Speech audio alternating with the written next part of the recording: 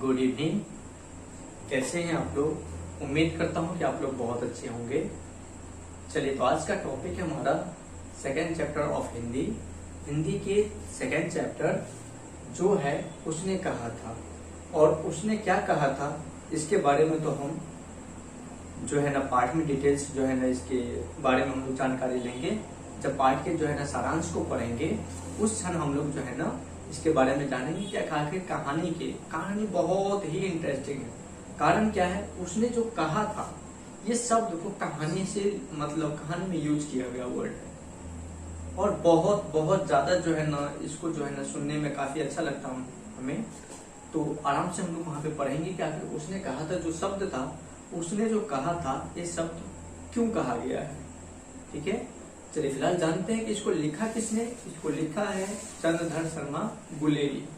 और आप जो देख रहे पा रहे गुलेरी लिखा हुआ, एक्चुअली गुलेरी से कोई मतलब नहीं है ऐसा। इनका पूरा ऐसे ही नाम है चंद्रधर शर्मा। आप कहोगे सर ये गुलेरी क्यों लगा रखे हैं? क्योंकि ये गुलेर गांव के थे। ये गुलेर गांव में जन्म हुए थे इनका, इसके वजह से उनके नाम के पीछे जो है ना क्या जोड़ दिया गया, गुलेरी। ठीक है, चलिए तो जैसे कि हम लोग बाल कृष्ण भट्ट के बातचीत में हम लोग ने क्या देखा था, वहां पे प्रत्येक चैप्टर के प्रत्येक पार्ट्स को हम लोग कवर किए थे।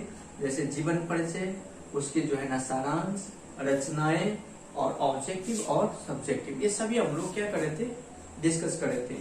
इसी प्रकार से ये सेकेंड चैप्टर जो है हमारा, इस चैप्टर को भी हम लोग क्या करेंगे, बारीकी से पार्ट बाय पार्ट पढ़ते हुए चलेंगे। तो सबसे पहला हमारा पार्ट क्या है, जीवन परिचय। तो जीवन परिचय को हम लोग थोड़ा सा अच्छे तरह से समझने का प्रयास करते हैं।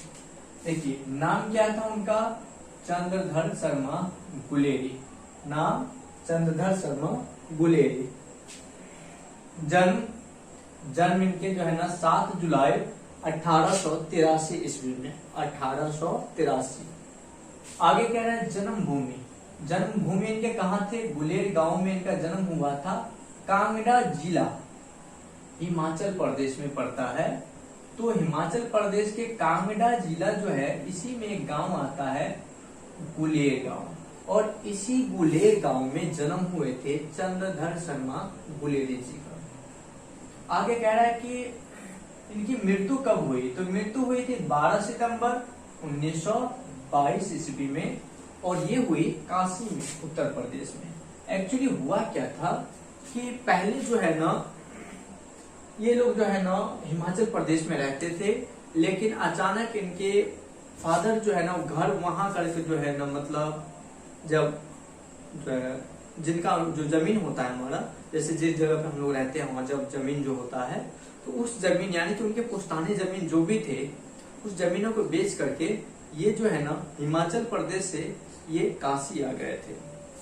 तो बाद में इनकी मृत्यु जो हुई थी वो जो है ना जाकर के किस में हुई, तो काशी में हो गई इनकी मृत्यु, उत्तर प्रदेश में।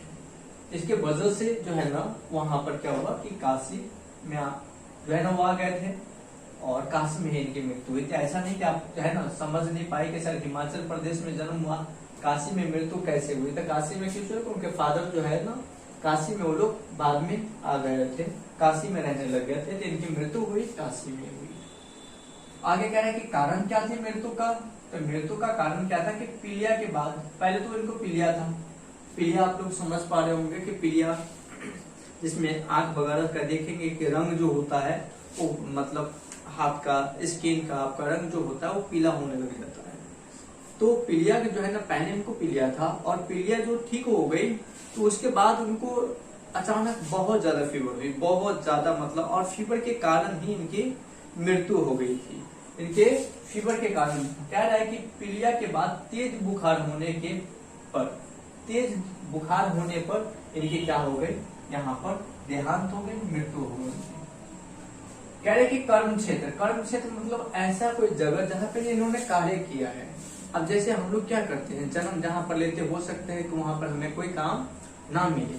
अगर हमें वहां पर कोई काम ना मिले तो हम दूसरे क्षेत्र में जाएंगे कि नहीं जाएंगे, बिल्कुल जाएंगे। तो जब दूसरे क्षेत्र में हम लोग जो है ना जाते हैं तो उस क्षेत्र को क्या कहा जाता है, उस क्षेत्र पर क्या है, वो हमारा जन्मभूमि नहीं है, वो हमारा कर्म क्षेत्र है। तो जहां पर हमारी जन्म हुई है हमारी जन्मभूमि है। जहां पर हम कार्य करते हैं उसको कर्म क्षेत्र कहा जाता है। अपने कार्य क्षेत्र कहिए या कर्म क्षेत्र कहिए। तो देखो कह रहे कि जो है ना कि कर्म क्षेत्र कहाँ थे इनके, तो कर्म क्षेत्र इनका जयपुर था। जयपुर कहाँ, राजस्थान। आगे कह रहे कि पिता, तो पिता के नाम क्या थे इनके जो है ना, पंडित शिवराम शास्त्री, पंडित शिवराम शास्त्री।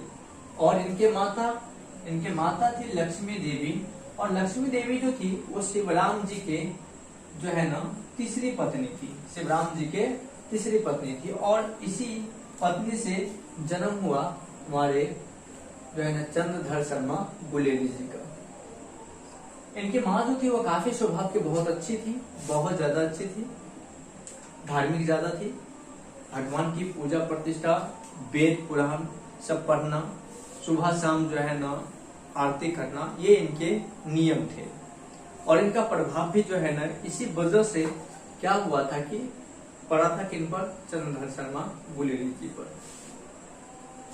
और ऐसा होता है कि हम लोग जिस माहौल में जिस तरह से बातें करते हैं वो माहौल का असर हमारे बच्चों पर, हमारे जो छोटे छोटे बच्चे हैं उन पर ज्यादा इफेक्ट करता है। तो हम लोग को करना क्या चाहिए कि आखिर घर में जितने भी लोग हैं, छोटे बच्चे हैं जहाँ पर, तो वहां पर जितने भी बड़े लोग हैं उनको क्या है कि थोड़ा सा अच्छे बातें का प्रयोग करना चाहिए। पॉजिटिव चीजें जब हम देते हैं अपने परिवार माहौल में तो हमें क्या मिलता है, बच्चों पर जो इसका प्रभाव बहुत अच्छे से ही पड़ता है और वो भी पॉजिटिव में चला जाता है। ठीक है, चलिए तो इस तरह से हमें जो है ना घर में थोड़ा सा अच्छे बातें करना चाहिए, पॉजिटिव बातें करना चाहिए। चलिए आगे बढ़ते हैं। कह रहे हैं कि जो है ना कि शिक्षा इनकी कहाँ से हुई थी, तो शिक्षा हुई थी इनके बीए इन्होंने किया था। और बीए जो किए थे इन्होंने तो कहाँ से किए थे, प्रयाग विश्वविद्यालय से। और प्रयाग विश्वविद्यालय कहाँ पर है, इलाहाबाद में है। ठीक है, इसके आगे ये पढ़े नहीं, इसके आगे जो है ना इन्हें बहुत सारा जो है ना जगह पर जो है ना शामिल कर लिया गया और बहुत कम उम्र में इन्होंने बहुत सारे पद को हासिल किए। आगे हम लोग पढ़ेंगे इसके बाद। चलिए तो अपने शिक्षा देख लिया। भाषा, इनको भाषा कौन कौन सी आती थी, भाषा इनको संस्कृत आती थी, हिंदी आता था, अंग्रेजी, पाली, प्राकृत, मराठी, बंगला, लैटिन, फ्रेंच और जर्मन। इनके जो है ना इतने सारे भाषा का ज्ञान था। ठीक है, जीवन परिचय जो है ना समाप्त नहीं हुई है।